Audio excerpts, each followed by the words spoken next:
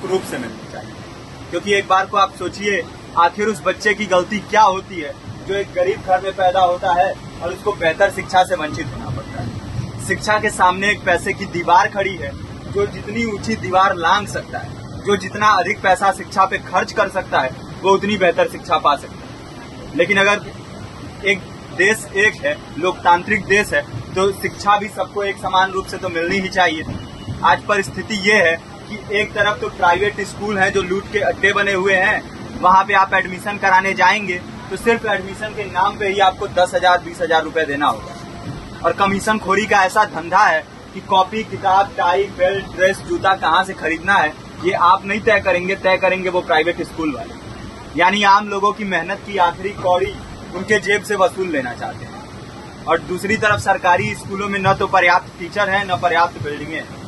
2019 का ही ये पुराना आंकड़ा है कि हर 100 में से 52 स्कूलों में या तो एक टीचर है या 2 टीचर हैं। और उन्हीं टीचरों के ऊपर जिम्मेदारी थोप दी जाती है कि जनगणना करो, मतगणना करो, पशु गणना करो, तमाम काम करवाए जाते हैं। और 19 के बाद से तब से कितने टीचर रिटायर हुए होंगे और 18 के बाद से कोई टीचर की वैकेंसी भी नहीं है।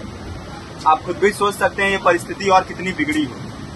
इसीलिए हम लोग ये मांग उठा रहे हैं, चाहे कोई राष्ट्रपति का बच्चा हो या किसी मजदूर का, सबको शिक्षा एक समान मिलनी चाहिए और निःशुल्क रूप से मिलनी चाहिए। प्रेमचंद ने अपने दौर में भी कहा था कि एक सभ्य समाज में ऊंची से ऊंची तालीम मुफ्त होनी चाहिए और इसका पूरा खर्च गवर्नमेंट को उठाना चाहिए, क्योंकि हमारे देश को फौज से ज्यादा आवश्यकता तालीम की। और शिक्षा से जुड़ता हुआ ही दूसरा मुद्दा हम लोग उठा रहे हैं। दूसरा मुद्दा है रोजगार का।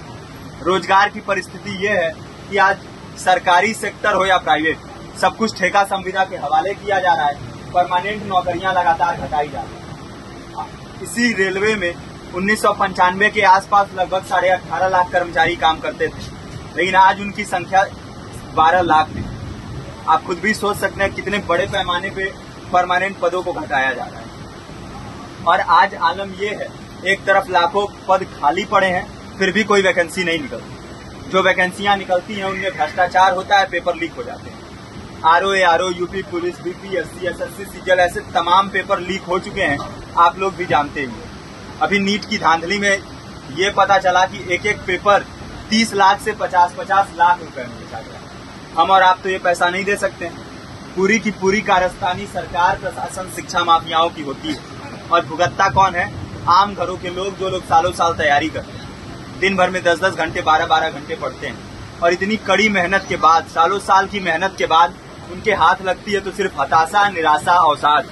बहुत से छात्र नौजवान जो इस बेबसी में, इस डिप्रेशन में नहीं जी पाते, आत्महत्या तक के कदम उठा लेते हैं। लेकिन ये देश की विडंबना है कि टीवी चैनल, अखबार, मीडिया, नेता, मंत्रियों के लिए कहीं ये कोई मुद्दा नहीं है। उनके लिए मुद्दे हैं तो जाति, धर्म, रंग, नस्ल, अगड़ा पिछड़ा।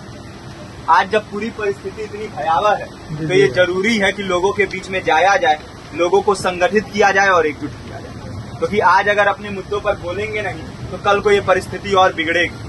हो सकता है ले देके अपनी जिंदगी तो हम लोग काट ले जाएं, लेकिन आने वाली पीढ़ियों को क्या भविष्य देके जाएंगे, ये भी सोचने वाली बात है। हमारे साथी ने आपको पर्चा दिया है, पर्चा आप तक पहुंच गया है। पर्चे में और भी बातें हैं, इसको पूरा विस्तार से पढ़िए। पर्चे में हमारा नंबर है, संपर्क कीजिए। फेसबुक का, इंस्टाग्राम का लिंक है, आप वहां पे जाएंगे तो आपको पता भी चलते रहेगा कि लगातार किन किन माध्यमों से हम इस अभियान को चला रहे हैं।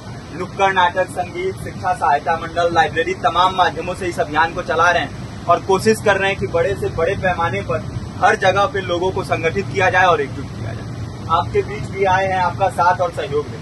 साथ इस रूप में कि आप भी हमारे इस कारवां और इस मुहिम से जुड़िए।